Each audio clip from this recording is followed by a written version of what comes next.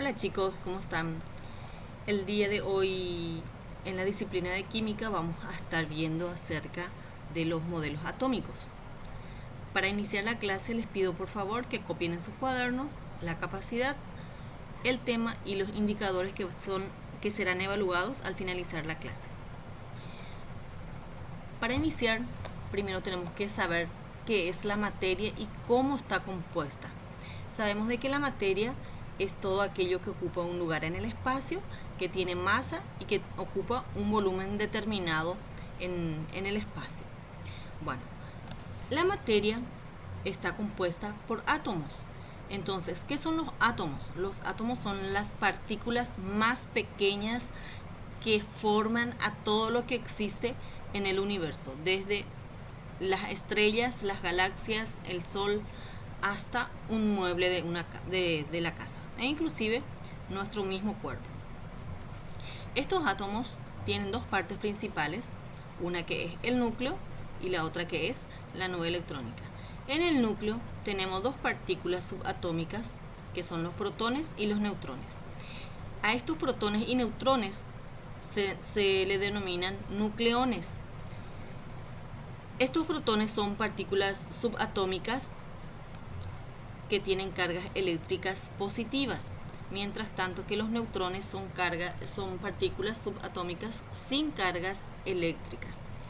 Ambos juntos, mejor dicho, la suma de los protones junto con la de los neutrones indican lo que es el número másico. En la otra parte del átomo tenemos la nube electrónica, corteza o electrósfera también. Allí se encuentran los electrones que giran alrededor del núcleo. Estos electrones son partículas subatómicas que tienen cargas eléctricas negativas.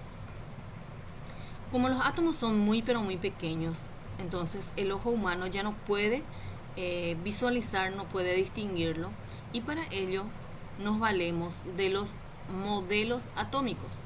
¿Qué son los modelos atómicos? Los modelos atómicos son representaciones para poder indicarnos la estructura o cómo funcionan los átomos. Nosotros vamos a estar viendo los modelos atómicos de Dalton, Thomson, Rutherford, Bohr, Sommerfeld y Schrödinger. Recordemos de que el átomo viene a ser la unidad básica de la materia, o sea, la partícula más pequeña que forma a la materia, que tiene dos partes principales, una que es el núcleo y el otro que es la corteza. En el núcleo tenemos a dos partículas subatómicas, los protones y los neutrones. Los protones con cargas eléctricas positivas y los neutrones sin cargas eléctricas. En la corteza giran los electrones alrededor del núcleo. Estos electrones son partículas con cargas eléctricas negativas. En un átomo neutro, la cantidad de protones es igual a la cantidad de electrones. Recordemos de que los modelos atómicos son representaciones gráficas de la estructura y del funcionamiento de los átomos. Los modelos atómicos han sido desarrollados a lo largo de la historia de la humanidad a partir de las ideas que en cada época se manejaban respecto a la composición de la materia. Entonces, estos modelos atómicos nos ayudan para que nosotros podamos tener una representación más o menos de la estructura y también del funcionamiento de los átomos. Los primeros modelos atómicos datan de la antigüedad clásica, cuando ya los filósofos y naturalistas se aventuraron a pensar y también a deducir la composición de las cosas que existen, es decir, la composición de la materia. En un primer momento podemos decir de que Aristóteles pensaba de que las sustancias estaban formadas por 4 elementos. Esos elementos eran la tierra, el fuego, el aire y el agua. Luego, otra corriente, la corriente atomista, que postulaba que la materia estaba formada por átomos, que eran los átomos, partículas indivisibles que se podían considerar la unidad mínima de la materia. esta corriente fue propuesta por Demócrito, que no fue aceptada por la popularidad de los seguidores de Aristóteles. Bueno, sabemos de que toda sustancia que se encuentra en el universo, como ser el Sol, los planetas, las estrellas, la tierra, el suelo, el agua, todos están formados por partículas muy pequeñas, a las cuales nosotros a partir de ahora lo llamamos átomos. Estos átomos son tan diminutos que no pueden verse así a simple vista. Sabemos de que el átomo entonces es la porción más pequeña de la materia y que interactúan entre sí formando moléculas. El átomo está formado por dos partes bien diferenciadas, ya sabemos, uno que es el núcleo y el otro que es la electrósfera o también corteza electrónica. El átomo sabemos de que está formado por partículas más pequeñas. A estas partículas lo llamamos subpartículas elementales o también nucleones. Los nucleones son el neutrón y el protón, que se encuentran dentro del núcleo del átomo, y el electrón, que también es la otra partícula subatómica. Bueno, damos inicio a conocer más acerca de los modelos atómicos, los primeros modelos atómicos. El primer modelo atómico fue propuesta por John Dalton en el año 1803. ¿Qué decía John Dalton? Decía de que la materia estaba formada por partículas indivisibles, indestructibles y extremadamente pequeñas. A estas partículas John Dalton lo llamó átomos. También él decía de que los átomos de un mismo elemento son idénticos entre sí, o sea que tienen igual masa y también tienen igual propiedades químicas. Los átomos de los elementos distintos tienen diferentes masas y propiedades. Eso nos decía John Dalton también. Y por último también mencionaba de que los compuestos están formados por la unión de dos o más átomos, siempre en proporciones constantes y simples. Entonces, para formar un compuesto necesitamos la unión de dos o más átomos. Estos átomos deben estar en proporciones constantes y simples. Por ejemplo, el compuesto agua, la molécula del agua, está formada por dos átomos de hidrógeno y uno de oxígeno. Tal es así que la fórmula del agua es H2O. Por eso nos dice de que siempre se encuentran unidos en proporciones constantes. Seguidamente Thomson, en el año 1904, descubre la partícula subatómica, que es el electrón. Este electrón que tiene carga eléctrica negativa. Thomson en su modelo mencionaba de que el átomo estaba formado por electrones de carga negativa que estaban incrustados en una esfera de carga positiva. A este modelo él lo llamó pudín de pasas. Los electrones se encuentran incrustados en una esfera que se encuentra cargada positivamente. Bueno, entonces la cantidad de partículas positivas era igual a la cantidad de partículas negativas que se encontraban en este pudín de pasas. Los electrones están repartidos de manera uniforme por todo el átomo. El átomo es neutro, de manera que las cargas negativas de los electrones se compensan con las cargas positivas. Eso es lo que le mencionaba recientemente, de que en este modelo atómico la cantidad de protones, la cantidad de partículas positivas es igual a la cantidad de partículas negativas, o sea, la de los electrones. Por eso es de que los átomos se encuentran en estado neutro. Rutherford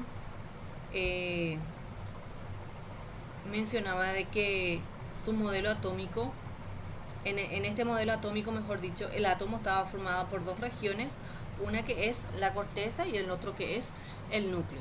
Sabemos de que en la corteza del átomo se encuentran los electrones girando a gran velocidad alrededor del núcleo.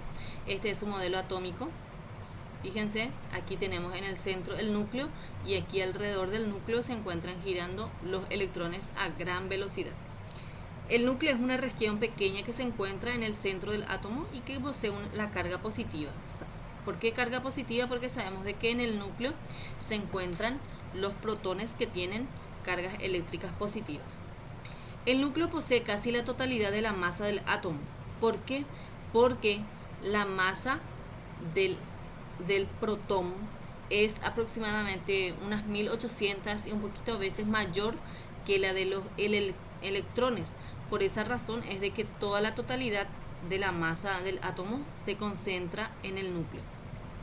También Rutherford decía de que los electrones se movían alrededor del núcleo como los planetas giran alrededor del Sol. Y este giro lo realizan en órbitas circulares. Entonces, para nosotros el centro, el núcleo de este átomo, representa el Sol y todos los electrones que giran alrededor de este núcleo representan a los planetas. Por eso fue llamado también modelo planetario. Bohr, ya en el año 1913, postula que los electrones describen órbitas circulares estables alrededor del núcleo del átomo. Los electrones solo pueden encontrarse en ciertas órbitas, no en todas las órbitas. La distancia de la órbita del núcleo según el número cuántico N1, 2, 3, 4, 5 hasta llegar al número cuántico número 7. Los electrones solo emiten o absorben energía en los saltos entre órbitas. En dichos saltos se emiten o absorben un fotón cuya energía es la diferencia de la energía entre ambos niveles. Bueno, ¿qué es lo que nos explica aquí en este último postulado? Es de que los electrones emiten o absorben energía. Fíjense, aquí vamos a suponer este electrón que pasa de un número cuántico interno, del número cuántico número 1, pasa al 2 o del 2 pasa al 1. Entonces, en ese caso es cuando los electrones emiten o absorben energía. Seguidamente, en el año 1916, Sommerfeld postula que dentro de un mismo nivel energético existen varios subniveles. Aquí, en el número cuántico principal, tenemos varios subniveles, un subnivel, mejor dicho, el subnivel S. No solo existen órbitas circulares, sino que también podemos decir de que también hay órbitas elípticas que se encuentran determinadas por el número cuántico azimutal, que toma valores de 0 a menos 1, ¿verdad? En la forma de los orbitales, el subnivel S tiene una forma elíptica, aquí, redondeada.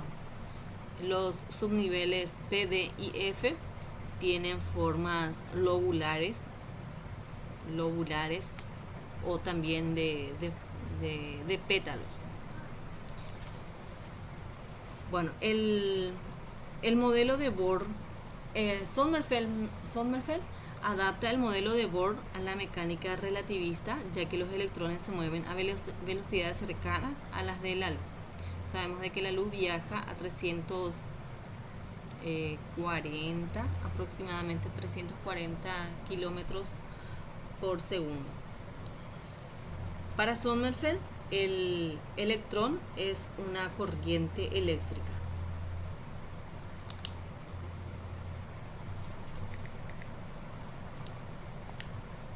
Seguidamente tenemos el modelo atómico de la luz de Schrödinger.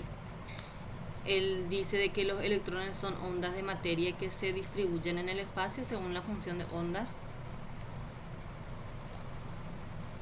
Según la función de ondas de electrones, se distribuyen en orbitales que son regiones del espacio con una alta probabilidad de encontrar un electrón.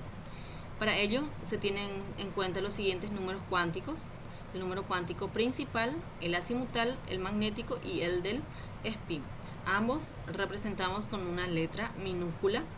El número cuántico principal representamos por la letra N, el número cuántico secundario por la letra L minúscula, el número cuántico magnético por M y el número cuántico del spin representamos por la letra S.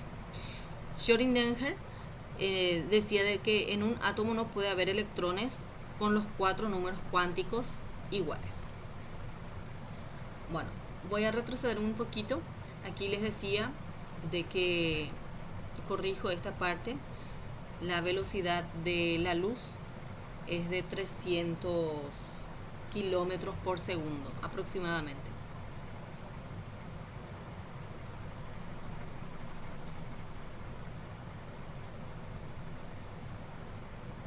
Y por último tenemos el modelo atómico actual, cuyos autores son Schrödinger y Heisenberg. Estas dos personas trabajaron juntos para poder darnos a conocer sobre cómo ellos piensan de cómo está formado el átomo en la actualidad. Bueno, este modelo actual se encuentra basado en la mecánica cuántica. Este modelo también es conocido como el modelo atómico de orbitales. Para ello fueron escritos varios postulados. Nos dice de que el electrón se comporta como una onda en su movimiento alrededor del núcleo, que no es posible predecir la trayectoria exacta del electrón alrededor del núcleo. O sea, nosotros no podemos saber exactamente el camino que recorre este electrón.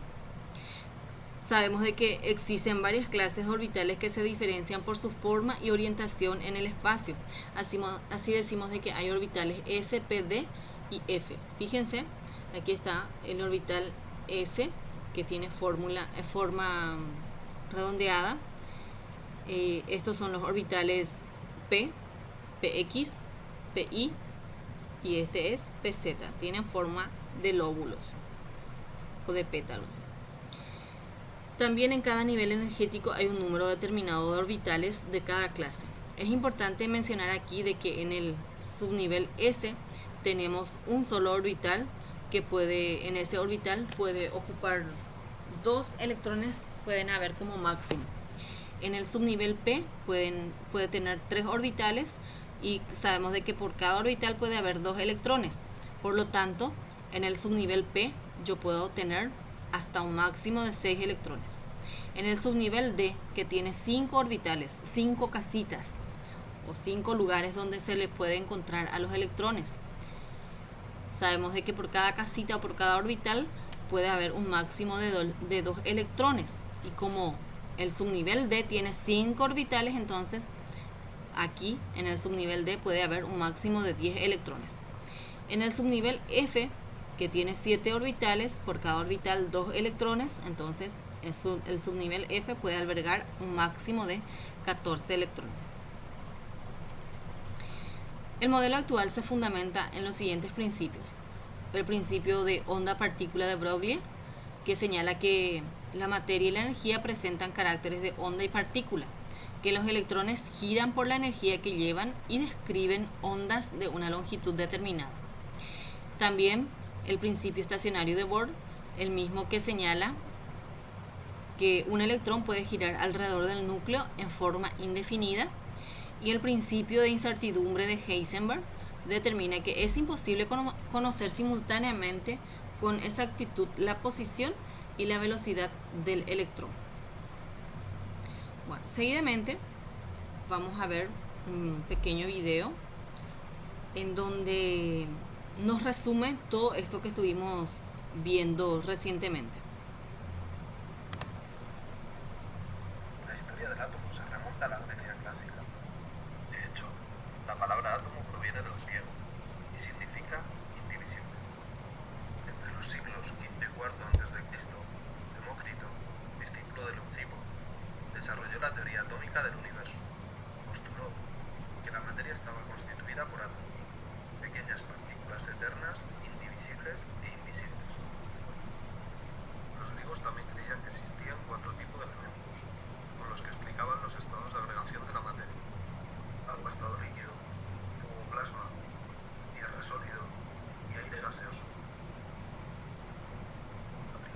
siglo XIX, Dalton retomó la teoría atómica del universo de De Morgan y enunció su teoría atómica molecular. Postuló que la materia está formada por pequeñas partículas llamadas átomos, que son indivisibles, neutros y no se pueden destruir. Indicó que todos los átomos de un mismo elemento tienen la misma masa y propiedades, y que átomos de elementos diferentes tienen distinta masa y propiedades. Por último, postuló que átomos de distintos elementos pueden combinarse formando compuestos. Thomson, estudiando el comportamiento de los rayos catódicos, descubrió que los átomos tenían partículas subatómicas con carga eléctrica negativa y muy poca masa, partículas que Stoney bautizó como electrones. En 1899, Thomson propuso su modelo atómico. Expuso que el átomo estaba formado por pequeñas partículas subatómicas con carga eléctrica negativa que estaban incrustadas sobre una esfera de carga positiva. Con su modelo, demostró la existencia del electrón y la neutralidad global del átomo, ya que las cargas positivas de la esfera contrarrestaban las cargas negativas de los electrones. Debido a su forma, al átomo de Thomson se le conoce comúnmente como el pastel o el pudín de pasta. En 1911, Rutherford realizó un experimento en el que demostró que el átomo poseía un núcleo central. Bombardeó con partículas alfa, que son partículas con dos cargas positivas, una finísima lámina de oro. Recogió el impacto de las partículas alfa con un detector fluorescente de sulfuro de zinc. Con este experimento, Rutherford observó que la mayoría de las partículas atravesaban la lámina sin desviarse. Algunas sufrían una pequeña desviación y muy pocas rebotaban.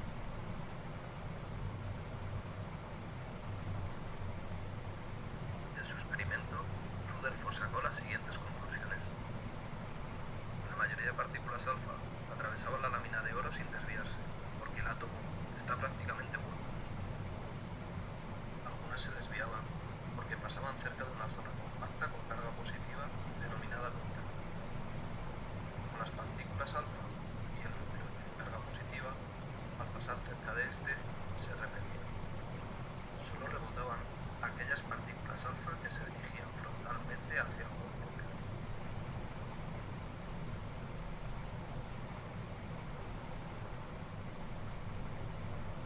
Según Rutherford, el átomo está constituido por un núcleo central que concentra casi toda la masa del átomo y toda la carga positiva. Propuso el nombre de protones para denominar a las partículas positivas del núcleo.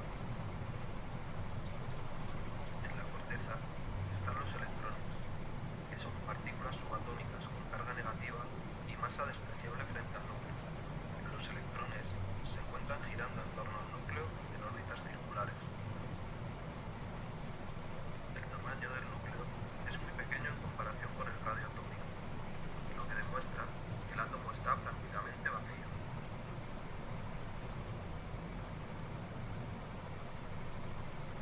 Moore estudió el comportamiento del átomo de hidrógeno. En 1913 anuncia su modelo atómico, que se basa en tres postulados. Los electrones describen órbitas circulares en torno al núcleo sin irradiar energía. Solo están permitidas aquellas órbitas para las que el momento angular del electrón, L, es múltiplo de h partido 2pi, siendo h la constante de Planck y n el número cuántico principal. Las órbitas más cercanas al núcleo tienen menos energía que las más alejadas.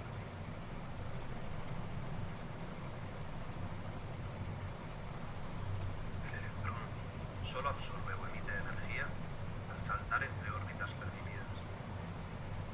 Cuando el electrón absorbe energía, pasa de órbitas más cercanas al núcleo a órbitas más externas, pasando de su estado fundamental a sus estados excitados. Cuando el electrón pasa de una órbita externa a una más interna, emite energía.